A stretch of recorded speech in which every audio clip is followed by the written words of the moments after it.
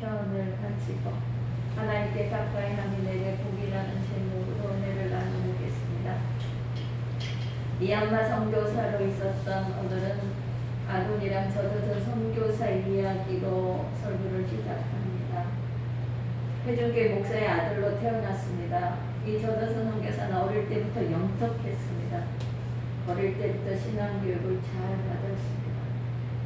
잠깐 하나님을 떠나면서 일반 대학에 진학했어도 워낙 지혜로워서 3년의 가정의 대학을 졸업하고 다시 하나님을 만나서 이제 신학원 신대원을 갑니다.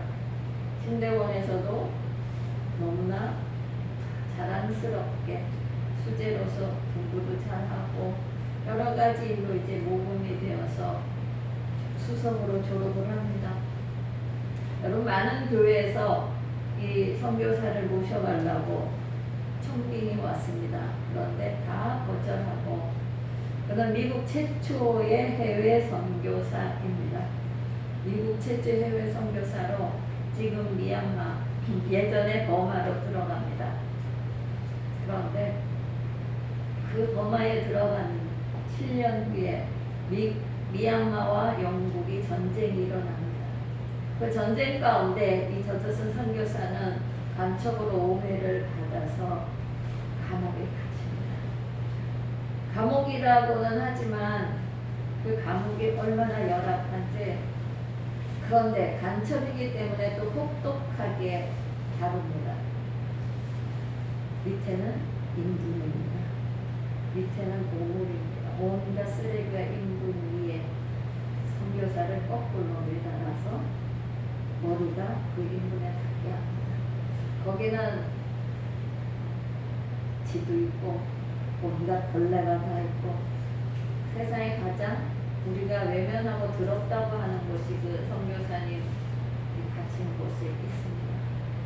이 선교사는 어릴 때부터 신앙교육을 잘 받았습니다. 하나님의 사람의 철칙은 첫 번째가 거룩합니다. 두 번째는 청결합니다. 그러니까 영과 혼과 마음이 다 몸이 깨끗해야 된다. 주변이 정결해야 된다.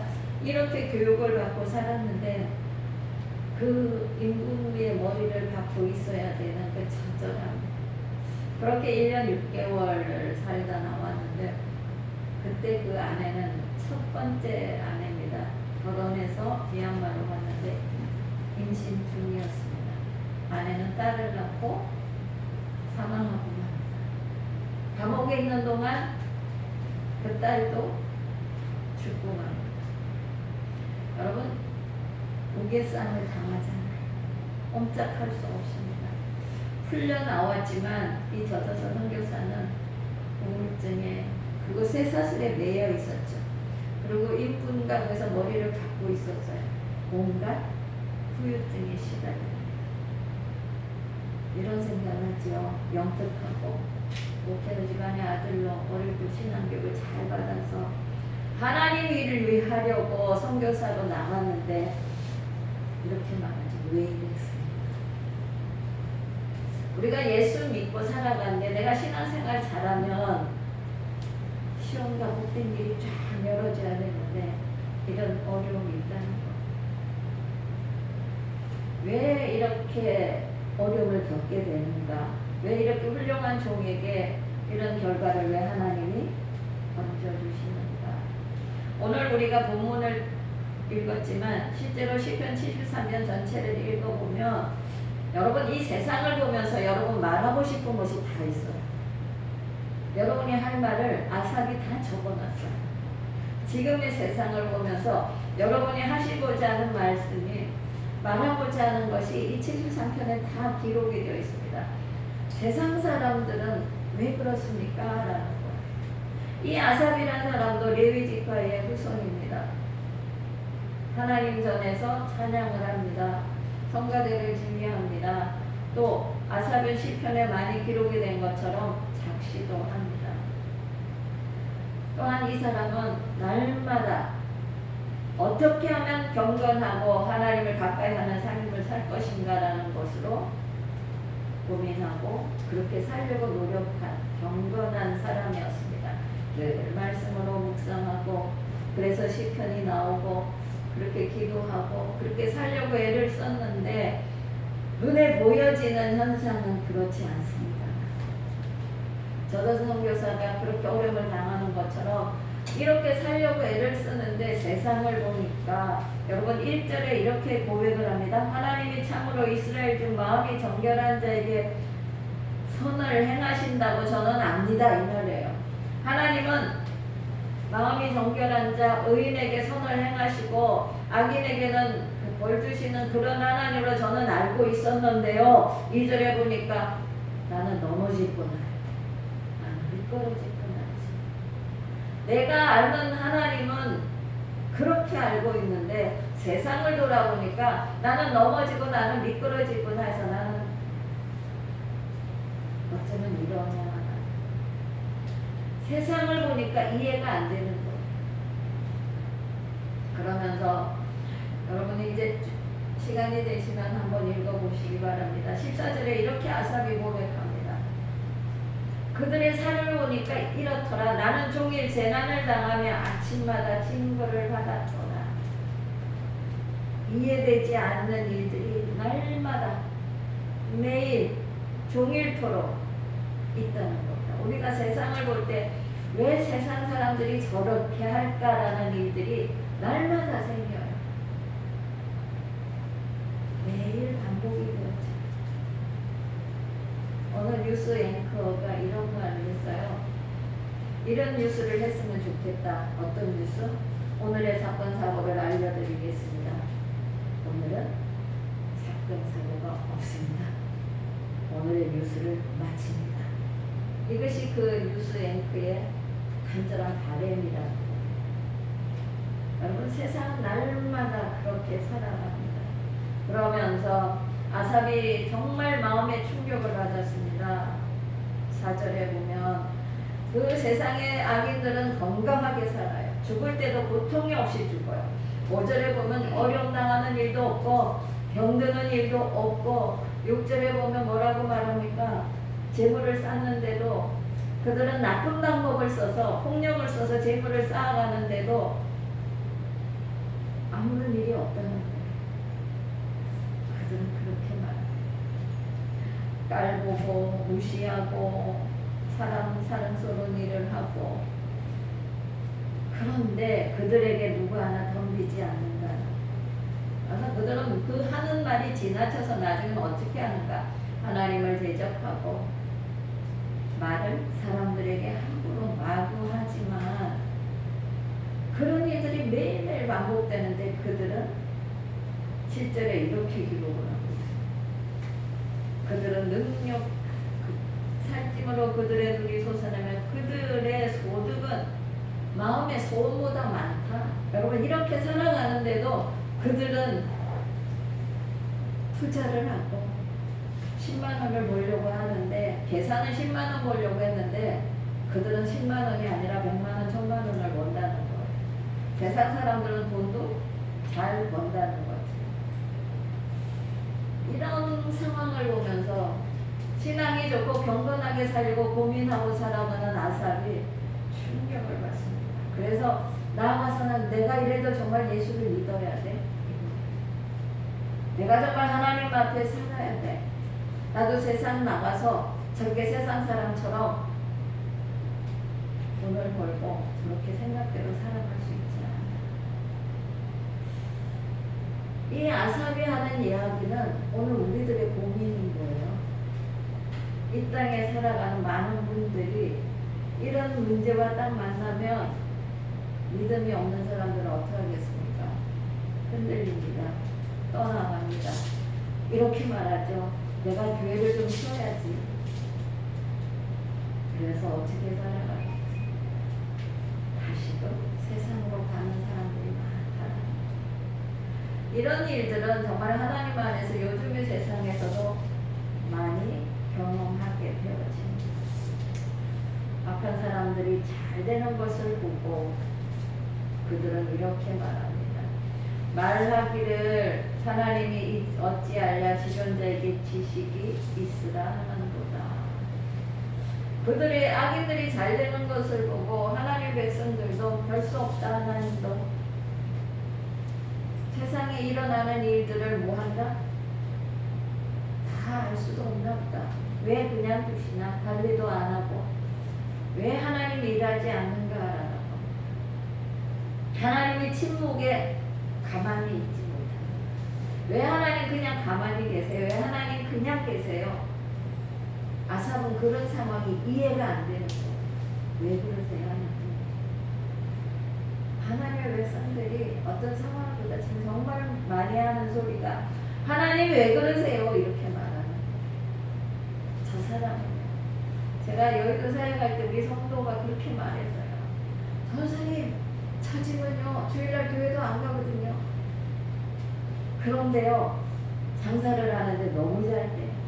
그런데 우리 부역장은 열심히 주일날 공장을 하는데 공장 문 닫고 했는데 그 당시 굉장히 어려움을 겪고 있어요.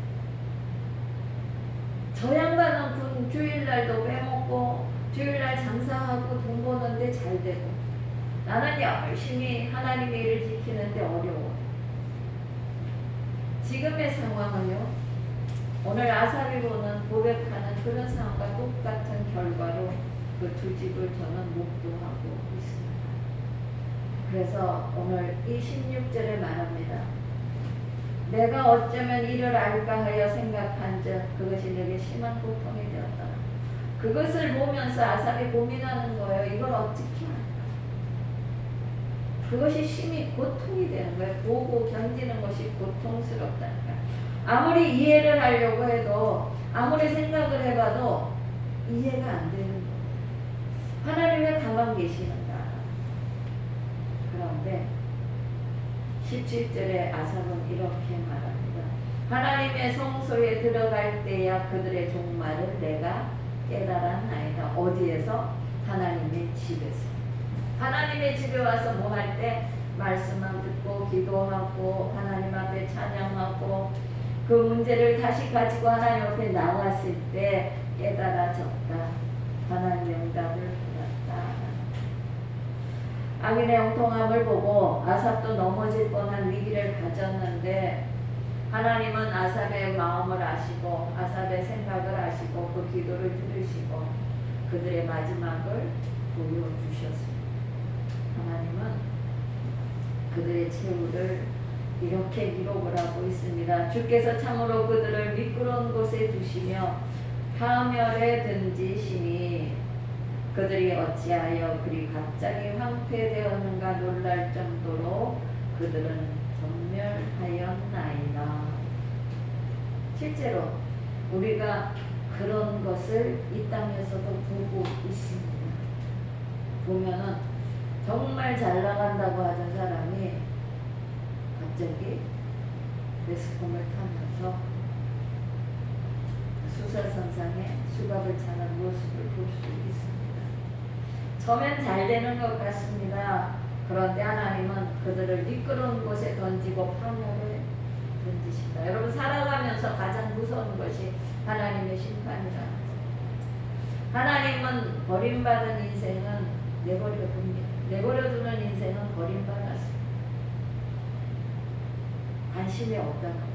그 영혼에게는 하나님 관심이 없습니다. 잘못을 하고 죄를 저지르고 악하게 살아가고 정말 세상 사람들도 두려워할 정도로 나쁜 짓을 하고 살아가도 내버려두는 것은 이것은 버린 인생이요 귀찮은 인생입니다. 바울은 로마서 1장에서 그 얘기를 하고 있습니다.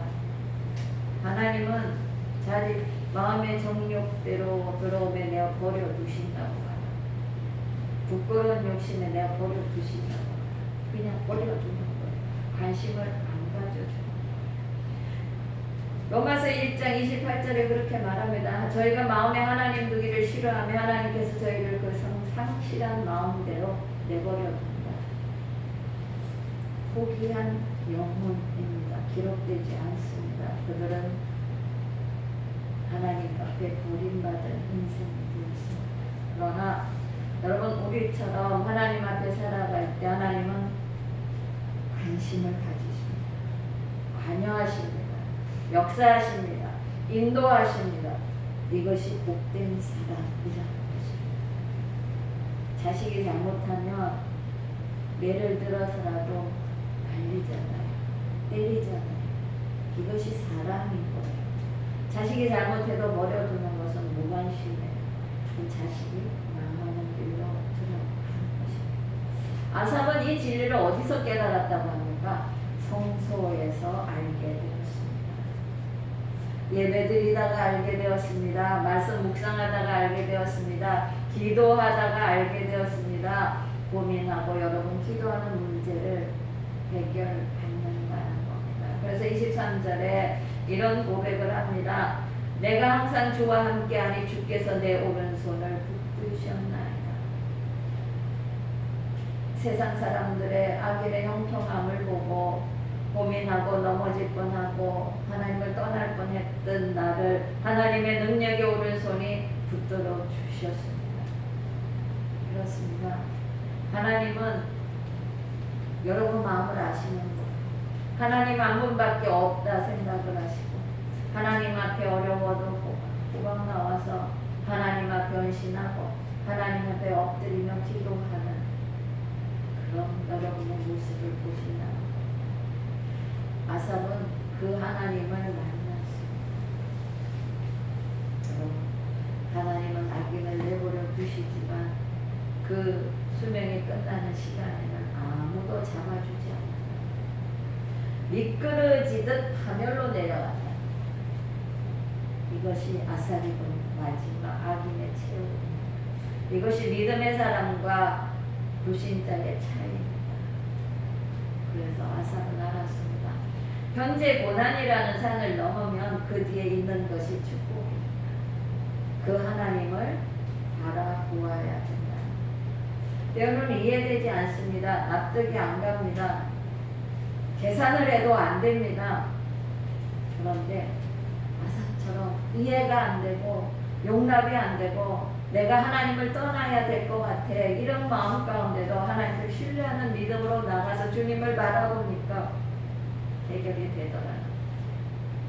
여러분 신앙생활의 가장 귀한 첫걸음이 뭐냐? 신뢰입니다. 누굴 신뢰하느냐? 하나님을 신뢰하고 하나님을 믿는 것이 신앙생활의 걸음입니다. 그랬더니 하나님이 붙들어 주셨습니다. 능력의 손으로 붙들어 주셨습니다. 어둠의 순간에도 절망의 때에도 많은 사람들을 하나님이 살리셨습니다. 우린 열심히 살아가는데 삶이 꼬이잖아요. 잘 안 되잖아요. 내 생각과 내 뜻대로. 그래서 뭐라고 할까? 왜요 하나님? 저 사람은 잘 되는데 왜 나는요? 이렇게 말해요. 그런데 하나님은요 보고 계셔요. 결단코 버려두지 않습니다. 아삽은요 자기가 하나님의 응답을 받고 내가 이런 사람이었습니다. 하나님 고백을 합니다. 21절부터 고백을 하고 있습니다. 하나님, 나는 양심이 찔렸습니다. 난 내 마음에 너무 산란해서 양심이 찔렸습니다. 나는 짐승 같았습니다. 그는 신앙의 그 어려운 진책기를 그렇게 고백을 합니다. 그러나 하나님이 붙들어 주셨습니다. 버려두지 않습니다. 택함을 받고 하나님 부르신 사람을 버려두지 않습니다. 그래서 붙드시고 인도하셨습니다. 하나님을 아삽은 반석으로 삼고 주를 떠나지 않을 것이라고 고백합니다. 그래서 아삽이 내린 결론이 바로 28절입니다. 하나님께 가까이함이 내게 복이라. 내가 주 야훼를 나의 피난처로 삼아 주의 모든 행적을 전파하리라. 하나님께 가까이 가는 것이 복이랍니다. 제가 아까 시작을 젖어서 선교사 얘기를 했습니다. 너무 안 됐잖아요. 예수 잘 믿고 청년, 정말 앞길이 유명한 청년이 선교사로 자원해서 첫 번째 미국에 파송된 선교사로 나갔는데 얼마나 비참해요. 아들 잃고 딸 잃고 아니 또 하나님이 이제 다시 결혼할 수 있도록 허락해 주시고 저던 선교사는 지금의 미얀마의 많은 일들, 지금 저전 선교사가 세운 일들이 지금의 미얀마를 세우고 있습니다. 그가 다시 결혼하여 낳은 아들은 에드워드 지드슨 선교사는 뉴욕에서 목회를 하는데 그는요 아주 성공적인 목회를 합니다. 교회 유치원을 최초로 시작한 아들이 되었습니다. 훈련센터로 만들어서 배우지 못한 자녀들을 훈련을 시킵니다. 체육관도 짓고 무료주교도 짓고 어린이집을 세우는 그런 에드워드 저드슨 선교 목사님이 되었습니다. 그 아버지는 정말 엄청난 고난을 겪었습니다. 어떻게 보면 세상에서 실패자일 수도 있습니다. 그 인생은 정말 어려웠습니다. 그는 이제 재혼하면서 그러니까 장인에게 허락을 받을 때 나와 결혼하면 고생합니다. 병마와 싸워야 됩니다. 가난한 주민들과 살아야 됩니다. 장인들은 그러니까 처가집에서 싫어하는 소리만 다 해요. 그런데 하나님의 은혜로 허락을 받고 목회를 다시 시작을 했습니다. 그 저더슨 선교사를 따라서 많은 선교사들이 일어나서 미국이 가장 많은 선교사를 보내는 나라가 되어졌고 그 열매로 미국이 세상에서 가장 세계에서 유명한 부유한 나라가 되어졌습니다. 저는 오늘 이 말씀을 드리고 싶습니다. 그 아들 에드워드 저드슨 목사가 쓴 책에서 이렇게 말합니다. 우리가 고통 없이 성공했다면 그것은 다른 사람이 우리 앞서 고통을 받았기 때문입니다. 그러면서 이렇게 말합니다. 우리가 지금 성공 없이 고통을 받고 있다면 아마 우리 뒤에 다른 사람이 성공을 거둘 것이다. 지금 어렵지요? 여러분 고통이지요?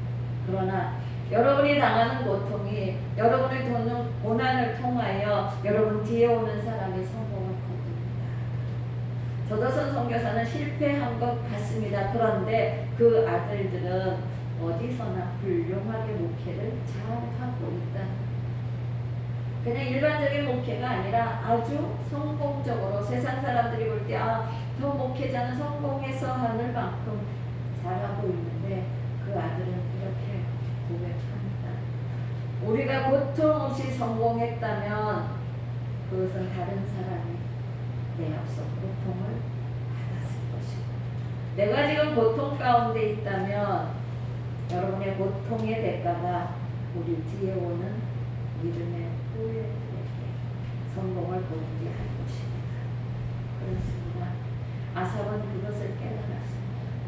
세상 사람의 형통함을 보고 하나님 앞에 왜 그러냐고 물어봤을 때 악인의 결말을 보게 되고 얻은 결론은 하나님을 가까이 가는, 내가 아무리 고통스럽고 어려워도 하나님을 가까이 가는 것이 복이 되고 나의 고통으로 말미암아 여러분의 고통과 여러분의 희생과 여러분의 고난으로 말미암아 여러분 뒤에 오는 후손들이 하나님의 성공을 보는 믿음의 성공자가 될 줄로 믿습니다.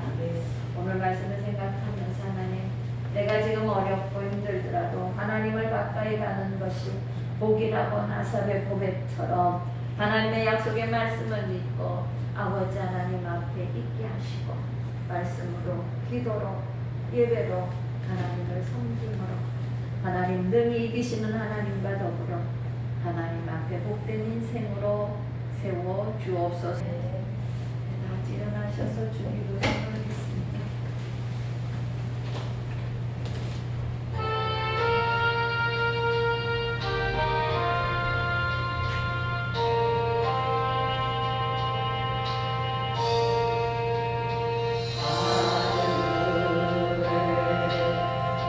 Amen.